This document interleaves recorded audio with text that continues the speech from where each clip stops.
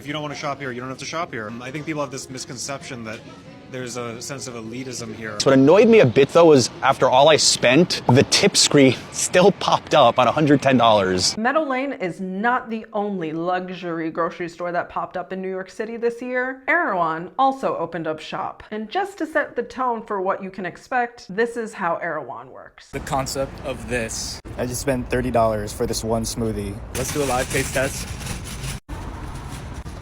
Oh my fucking god. There's a reason why these smoothies are so expensive. I mean, the reason why the smoothies are so expensive, it's probably not even because they're using the best ingredients possible. It's because, one, there's hype over it, right? You just want to go and experience Erewhon. It's like where all the celebrities and other rich and or famous people go. And it's just like, it's been positioned to be luxurious. So you're going to have like, the most yummy smoothie. Let's see if it is worth the hype. You know, you don't even want to know how much I spent. It's almost embarrassing. It is pretty substantial. I really felt a lot of FOMO, so I knew I was going to buy this no matter what, but it probably isn't worth the money, although it is good. I would say this is max worth maybe $17, and I paid a lot more considering I had to That is not what she paid for it. $17 is how much she's saying she's willing to pay for the smoothie. deliver it via Uber Eats and pay all these fees. So my issue, again, why are you ordering a smoothie on Uber Eats and then paying all the fees? So in total, what she wrote that she paid was $37 for that smoothie. $37. I get panic ordering $37 for like a full meal that I can have for 2 days. Erewhon just all of a sudden became live on Uber Eats in New York. How did that just happen? I'm freaking out. I ordered this smoothie less than an hour ago and it actually came in less than 40 minutes. By the way, this is not in the budget. This is the first day. Okay, got the strawberry glazed skim smoothie. I wanted something with cherry, but they didn't have anything. There were a few that were sold out. This is crazy. By the way, I also just moved and got robbed and got married, so this was not in the budget. So you just moved to New York City, the most expensive city, one of the most expensive cities in the world, and you're paying $24 for a smoothie? Oh, New York, thank God. Erewhon is finally coming to New York. Oh, this is such great news. This is exactly what we've been looking for. Not a government that actually considers its citizens, not lower taxes, not a subway fare to remain the same for longer than a quarter. We've been looking for Erewhon smoothies and a new members club. I mean, you guys, and this one is super, super affordable with a simple $36,000 initiation fee along with $7,000 annual dues to retain a membership. I'm sorry, $36,000 for the initial fee and then annual dues of $7,000. Some people can't afford to even buy foods from like for their pantry. Others are paying what people would pay, maybe even double what they would pay over a year in just membership fees alone. Again, if you're rich, go off, whatever. If that really makes you happy, that's fine. But we are in such a serious food crisis for people, but it is what it is. Life is not fair. Life isn't fair. All right, so here is the man, the myth, the legend himself. He opened a gourmet grocer in Tribeca, which I think Tribeca is one of the nicer parts of New York City in Manhattan. I will give him credit, right? He has been working, planning, probably more than any, Nepo baby, especially if billionaires would. So credit where credit's due. He's been planning this for like 17 months, I believe, really trying to make sure that it goes right. Not every business, no matter if you have all the resources in the world or no resources, right? Your first initial week, month isn't going to go as planned. There is always going to be stuff that goes wrong. But some stuff just went really, really wrong for him. That being said, a lot of people waited in line for this grocery store, which only allows 16 to 17 people at a time. There's bouncers. Apparently the bouncers are really cute, so that's nice. Okay, so according to this girl, she's saying they only let in 20 people at a time. There were bouncers at the door, of course. But she had to wait 2 hours in line just to get into the store. Again, it's an opening, makes sense. There's a lot more fanfare. It's New York City. They have a bunch of people that are super wealthy that can afford goods like this, so that's fine. The flower collection looks beautiful. It looks fine on the inside. Like, it definitely looks luxurious because it's a lot of empty space in one of the, again, most expensive cities in the world, so they can, not fill it up and clutter it up as someone who, actually needs to make money from a venture, right? And those nuggets there's a lot of issues with those nuggets, as we'll see later. But again, overall, the food looks good. Does it taste good? I don't know. Not New York, and certainly not going to be paying prices for this stuff. We are currently in an AI interior design, commercial design epidemic. What I mean by that is like, this is that new scary grocery store in New York City, and this design is just AI. This picture is actually AI, and that might be the real one. There's something about this design style that's so dystopian. It's giving spaceship, cold. The only art they have is this weird, probably AI chicken drawing. Like, I mean, it's not ugly, it's just void of character. But again, with art and architecture and interior design, not everyone's gonna get it. New York City influencers have been hyping this place up, but they're a problem in their own right. I just woke up and immediately started with ordering Erewhon, and it's like the perfect drinks and food for a to-go trip right now. The perfect breakfast, she says. Let's analyze the meal and see if we agree. I got the Heavenly, and this The one is so good because Heavenly? it has apples in it. $30 for juice because, oh my god, you guys, it has apples in it? Surely it can't get worse than this. My Erewhon matcha order, that is $25. So thick, it's like a meal. $25, and the selling point is that it's thick. Yum. On to the food. We got blueberry overnight oats. This is incredible. $11, and they couldn't even fill your cup of mush to the top. On to the grand finale. Next, we have the famous custom. Erewhon Famous? burrito and a spinach tortilla. I do a little dippy dip into the salsa. $150, and your most substantive food is this monstrosity. I spent $80 on tortillas. I was on a waiting list for weeks, and they're finally here. Oh my god.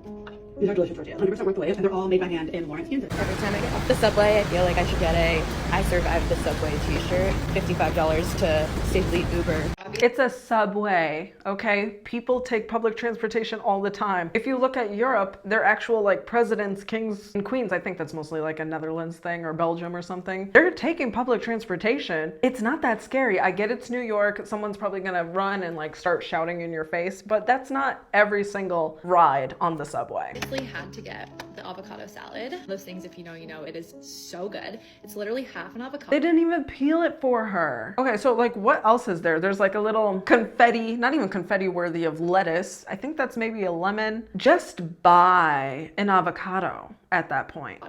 It's the best thing in the world. New York is so unaffordable. It is not your God-given right to live in one of the most desirable cities to live in. Not to get all Kelly Osbourne on you, who's gonna clean your toilets, but who is going to, you know, be at the cash register, make your food, do your laundry, be a bank teller, do any of these jobs that, you know, are like, oh, just, you know, low quality, like non-essential, even though they are pretty essential jobs, but they just don't pay well, so you don't respect the people there. Are they just supposed to commute in? Like, so out of touch. This next one kind of pisses me off a little bit. I get it is, you know, the Hamptons, whatever. It's where all the rich people from Manhattan, I can't do a New York City accent. That is not my coast. $150 for chicken tenders. A review, $150, just a little platter. This is amazing.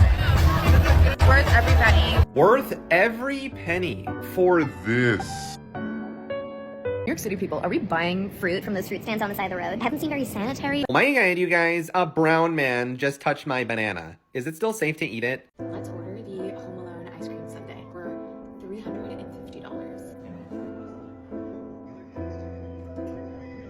There is an influencer who tried to charge a cafe $4,000 for one single promotional post, and then he made a big-ass deal when the cafe wouldn't accommodate him. And this was in New York City, and the dude asked the cafe for $4,000 for one post. The cafe said no, but then they were like, you know, we can give you like a free coffee and like a free item on the menu if you want to stop by. So then the influencer, knowing that that's all they could accommodate him with, he still went and stopped by and asked for multiple things on the menu, and then started to complain how he wasn't being accommodated fairly because of his influencer status. And to make things even funnier, this dude had less followers than me. He's not even a fucking influencer. This bro has 120,000 followers. Like, who do you think you are charging $4,000 to a small cafe in New York? And then that dude made several videos trying to say how he's not in the wrong and it's actually the cafe, but like, there are literally screenshots out there proving that this man knew what he was getting into, still complained about it, and him asking for $4,000. And these types of influencers, they really piss me off because they think they can act however they want. They think they should get everything in the world because they have a few thousand followers or 100,000 followers, and I just don't understand where the fuck is that ego coming from, because at the end of the day, you're not special. Again, most people aren't special. 100,000 followers, for me, that's like incredible, but again, it's on TikTok. Most people seem to have at least like 1,000 followers. It's not as hard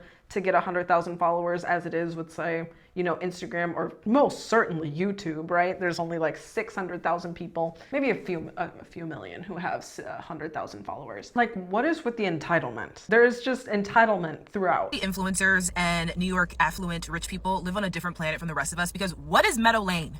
And why did we need it to exist? Why did we need that to be created right now? Obviously, I know what Meadow Lane is. I'm on TikTok. It's all over TikTok. It is a new gourmet grocery store in New York City, and people are lining up for hours outside the front of the store so they can buy very expensive prepared foods like chicken salad. And I know everything is not meant for everybody, and I'm just sitting here watching this from District 12, but the timing, I feel, just could not be worse when we just went through a crisis where a lot of people were not receiving their SNAP, and we're just like in an affordability crisis just in general.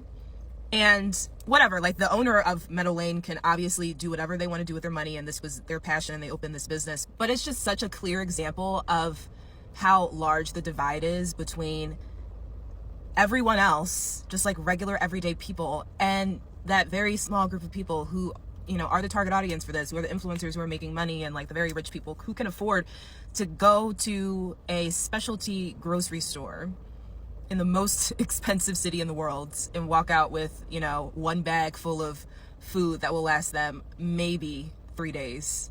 And they've spent, $200, $300 on it. And that's why I feel like these influencers and these rich people, they just live on they live literally on a different planet. Like, I could not be further from them geographically because I'm in Florida and they're in New York, but also just at the place that I am in life, and I know so many other people too. It's just like, when I watch these videos, it literally is like watching aliens. Like, I could not imagine at this point standing outside in a line so I can go in and spend $250 on food that is these little containers of prepared foods. And I think that's kind of true, right? Like, there's not a whole bunch of people that are able to shop at a luxury grocery store. And then again, with people's SNAP benefits being cut or, reduced, I think is what they teetered out to being. Like, again, the grocery store just is not made for us, just like, Burberry or, Saks Fifth Avenue is not made for us. Like, all of those luxury products, Hermes, it's not made for you if you're poor. The thing you could buy, right, as a poor person, it's still within reach, but it's something that you go there as like, oh, it's like a special occasion, or I'm buying into the hype because, all those New York City influencers said it was like the best thing to do. Pay $15 for 6 chicken tender. Which, if they're super good chicken tenders, you know what? Honestly, yeah, I would go get $15 chicken tenders if they were phenomenal. But I would do it probably at like a restaurant, not at a luxury grocer. But again, I am not the target audience who wants to pay $45 for one drink, okay? That is just not who I am. People are mad at me for saying that if you have Meadow Lane money, please donate $20 to Food Bank New York. They're saying, why should I sacrifice $20? If you think $20 is a sacrifice, I'm not talking to you. Have a good day. Also, you don't have Meadow Lane money. Oh, look at that. Sold out Post-it notes. I can get this at Whole Foods for $4. I mean, just a $5 markup isn't bad.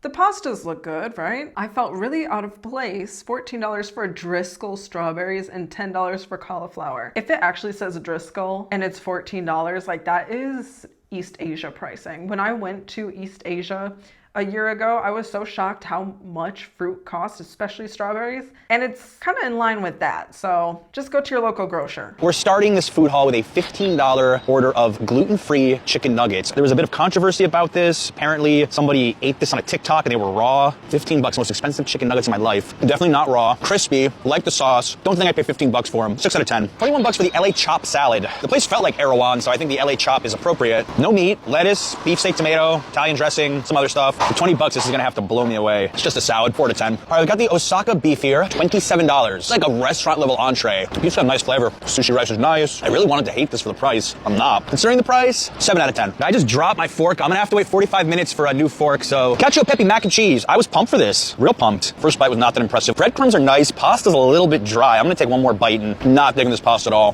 3 out of 10. $15 for this Meadow Lane juice. I heard a girl inside say it tastes like grass, so naturally I bought it. I mean, it tastes healthy. If you serve this to me and said, here's a healthy smoothie, I'd drink it. I wouldn't pay more than like $7 or $8 for it though. I'm sure you'll live longer drinking this, but 5 out of 10. If you live in Manhattan and you have a salaried job, you probably make enough where this isn't gonna really hurt your budget. And honestly, I don't even think the prices are that bad. Don't crucify me. I don't think they're really that bad, and you sort of get this luxurious experience. So far, I'm not really hating on the luxury grocery store. The cost of the like fruity drinks though, that's kind of crazy. And then the raw chicken.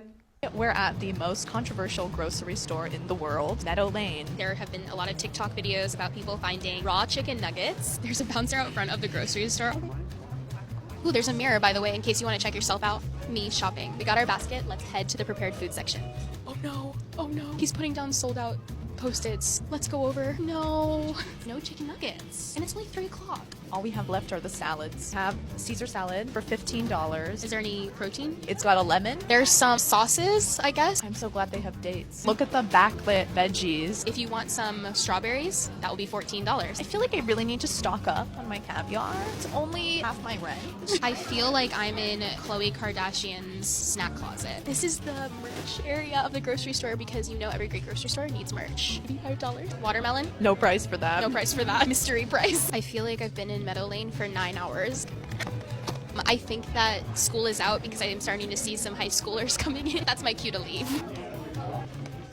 I did find it a little underwhelming. There was something very Black Mirror about the space. You weren't sure exactly where to stand, but you always felt like the store was calling you poor.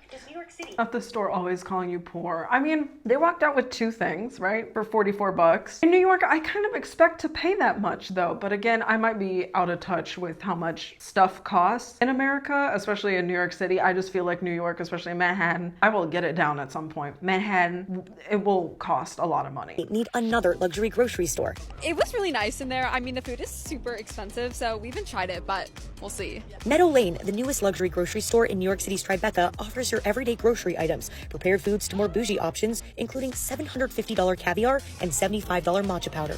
I don't think any. So that girl really was not joking about it being half her rent. $750 for caviar. I know caviar is expensive, but $750. Holy crap. Where needs a luxury grocery store, but do they want it?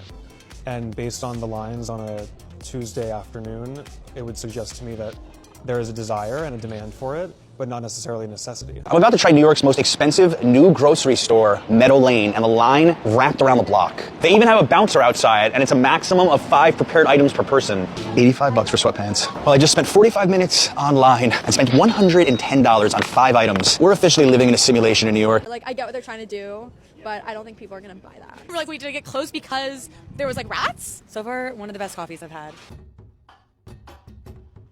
Something interesting is that they're selling ketchup for like $9.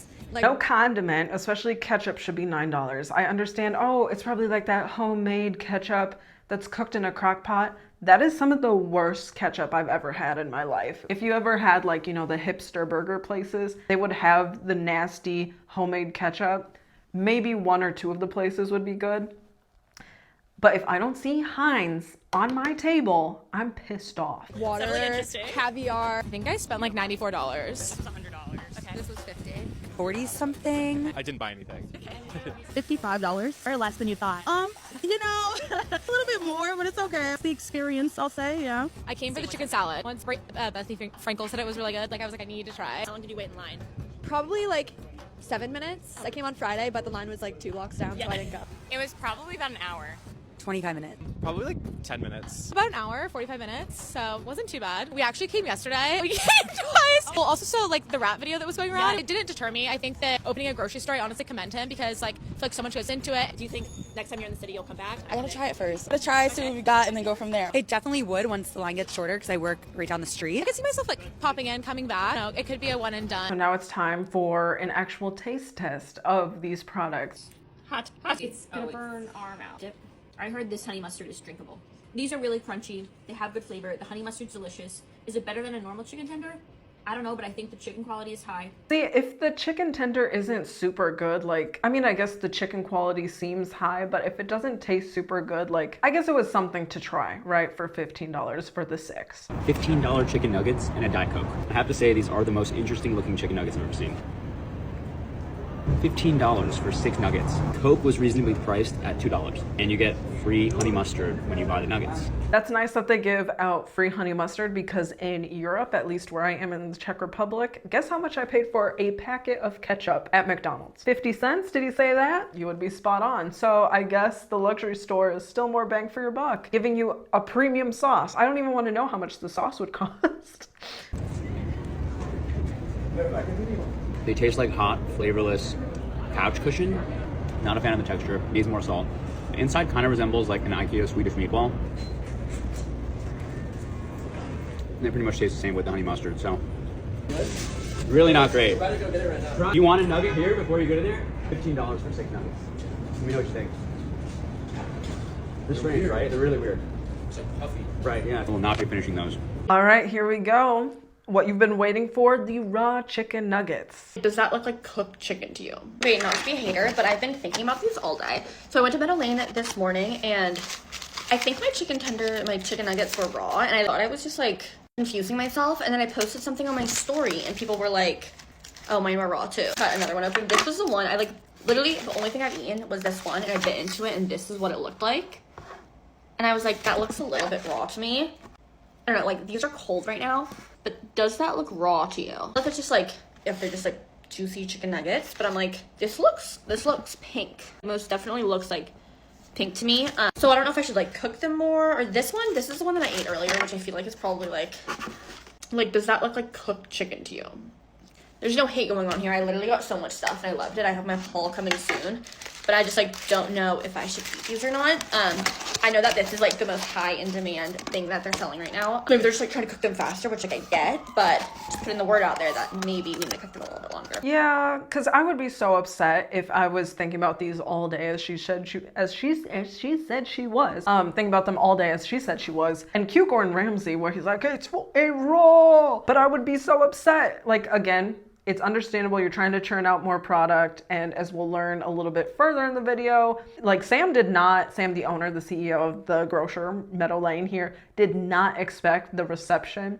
Even with, you know, all the New York City influencers and all the buzz on TikTok, he did not expect the reception that he got. That being said, probably could have done a little bit more research, done more safety stuff, put safety at a greater standard, especially when salmonella outbreaks are a thing. Like, you don't want your grocer to be case 0. Before I got laid off from Amazon after working there for 8.5 years, I did spend the past like 4.5 years working at Amazon Fresh and grocery. And prepared foods are hard. I worked in prepared foods the past year plus. I ran a portion of that business. And like, he's not killing it. I've seen a lot of raw chicken, and that's more than it being hard to do grocery. That's actually like a pretty big health violation. And also the mislabeled soup, chili, that girl, her comments are wild. You people are wild. That girl literally has a lawsuit, you know, like that's illegal. Like, missing the allergens on a label is illegal. So I'm so glad he corrected it, and he like made right by the customer, refunded her, gave her some more stuff, but it's not ready.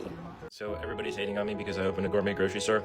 Okay, the chicken nuggets were raw. Let's just say we took care of the person responsible for that. And by take care of, I mean execute. Just because your dad's a billionaire doesn't mean everything comes easy to you outside of money and resources. I gave up venture capital to do this. Y'all should be thanking me. And people are hating on me because they're probably poor, low-key. It's not because of my vibe. It's not because I'm sort of misunderstanding the zeitgeist of the time. So communism's having a moment. Awesome, that's cute. Let's try a new dish that we're gonna unveil. This one is called egg. We're workshopping the name. Business owners need to stand together in the sense that we own stuff. Let's not be so hard on me. People are calling me terrible stuff, rich, liking drugs. Those are probably the 2 worst things you can say about people. Oh, the haters are gonna jump on every opportunity that they can. It's not because my vibe is bad. So I wanted to bring luxury foods to a couple people. Nothing wrong with that. Anyway, we're gonna have new chicken tenders available. The stores, and it's not like this, that I know it's a skit, but that's not really that far off of how the actual skit was, which we'll see very soon. Fame is fueled by social media and has gotten mixed reviews. There are a few complaints, from rodent sightings during construction to turkey chili missing food allergy labels. And I look inside, that's totally cheese, and they didn't label it. There's been a couple, you know, mistakes on our part that we took accountability for and corrected very fast. Is it just me, and not to be a hater, but why do they all sound like that? Like, I thought the influencer Dottie with his snacks that I showed at the beginning of the video, like, I thought that he was overreacting and overemphasizing the voices. He's not at all. Like, they really do sound like that. Even Sam here, or Brokeback Contessa, again, Brokeback Mountain, Barefoot Contessa, Contessa had a baby, Brokeback Contessa. I think it's really clever, very funny to me. Getting the situations that you're all very well aware of now directly with the people that had the unpleasant experiences, that was the priority. Well, as well, this happened yesterday, but talking with my culinary team, making sure that these mistakes never happen again, because they're absolutely unacceptable. And I, as the business owner, take full responsibility and accountability for these unpleasant experiences. And I think that was a really good apology, right? And he did reach out to the individuals. I think, you know, the girl with the raw chicken nuggets, and then the other girl with the allergen complaint with that chili with the allergen of cheese on it, probably so that he doesn't get sued and then there's a whole kerfuffle that happens. He does have a good response, and he seems more down to earth as well than you would expect, like a heir to $1 billion fortune, right? I think he's doing a good job. Not a lot of people, especially small business owners, do take accountability. And you don't have to be like a veteran of the internet and of life to know that. People just don't want to take accountability, especially people in more privileged positions. This luxury grocery store was just featured in Vogue, while the rest of the world is struggling to put a basic meal on the table. In case you're not chronically online and have zero idea what I'm talking about, Meadow Lane just opened this week in New York City, and it has been the talk of the internet. And regardless of how controversial this may be, there are a few things that every single founder and creator should be taking notes on. First off, the founder, Brokeback Contessa, started talking about building this business online 2 years ago, which has created so much hype because he's involved his audience in what he's building. Number 2 is the exclusivity factor. People are pissed that this is luxury during an economic struggle, but that's the point. It's not meant for everyone. That's why Erewhon works so well, right? And third, we have the fact that he's showing up very honestly online. Since their opening day, there has already been a whole viral conversation online about people getting raw chicken nuggets. But guess what? That's the reality of running a business and learning as you go. Him owning up to this and fixing it will have people continuing to support him regardless of mistakes. I will say, did you see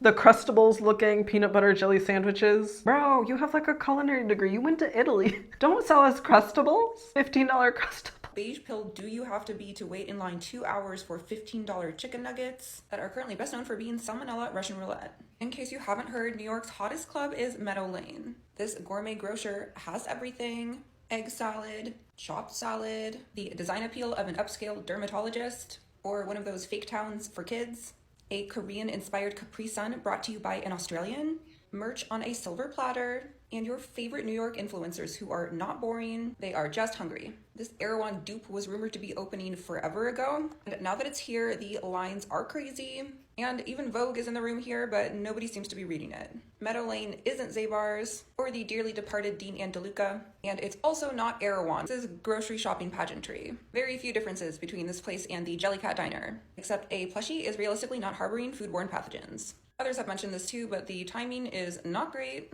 and you don't have to be food insecure to look at this and gag a little. And so she shows like a tip screen. Could you imagine after you're done like getting all of your groceries, they flip around the iPad and want you to tip like minimum 10% on your groceries?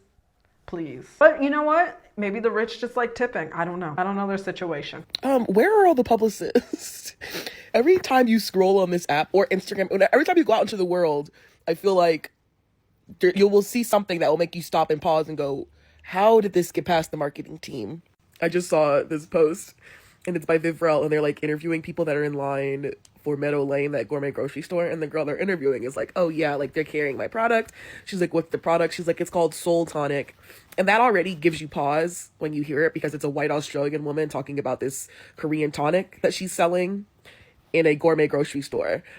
So there's that. But then she takes it a step further and she goes, yeah, I would never be standing in this line if they didn't sell my product. Honey? What? And to be clear, because I know a lot of you on this app are 12 years old, it's not that she doesn't want to stand in line. That's very normal. It's the fact of like, why would you say that?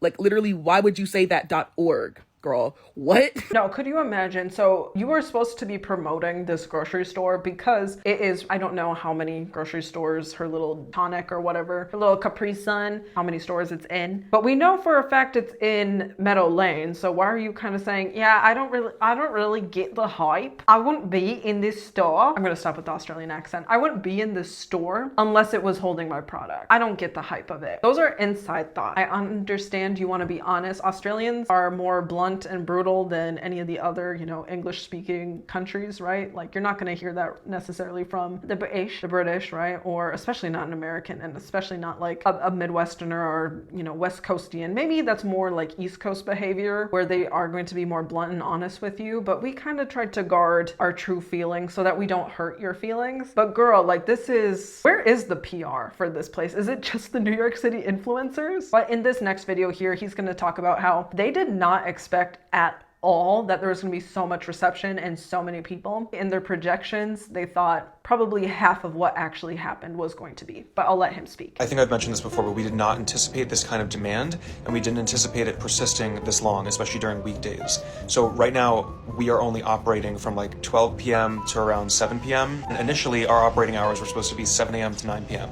We are going to gradually get there, but even between that short window of 12 to 6 or 7 p.m., we're doing on average 600 to 700 transactions a day. That is way more than we thought we were going to do. And to end on a good note, with Meadow Lane, they are doing something good. I think it already passed, right, on November 26th. They are doing something very charitable. It's a lot more than you can say that other small business owners can do. And you can say like, oh, well, he has all the resources in the world. He's rich, he's wealthy. Wealthy people, if you've noticed, where are the philanthropists? Like, they're not really out here. So this charity that he's doing, I think, is a wonderful note to end on. Hey grocers, I have an announcement. With the holiday season coming up, we've been trying here at Meadow Lane to figure out a way to give back. Speaking with a bunch of different organizations here in New York City, we ultimately decided on partnering with City Meals on Wheels, which is an organization that predominantly supplies healthy and nutritious foods to elderly people and people with disabilities who can't easily access food on their own. So what we're going to do initially is this Wednesday, November 26th, all of the proceeds will be donated directly to City Meals on Wheels. So go crazy. I encourage you to buy caviar, get whatever you want. We're still going to limit the amount of prepared items you can get, just so as many people can enjoy as possible. But all of the money you spend here will be directly donated to City Meals on Wheels. By the end of the day, we'll cut a check. Would you go to Meadow Lane if you're ever in New York City? Give me a like if you liked the video. Give me a dislike if you did not like it at all. And I'll see you in the next one.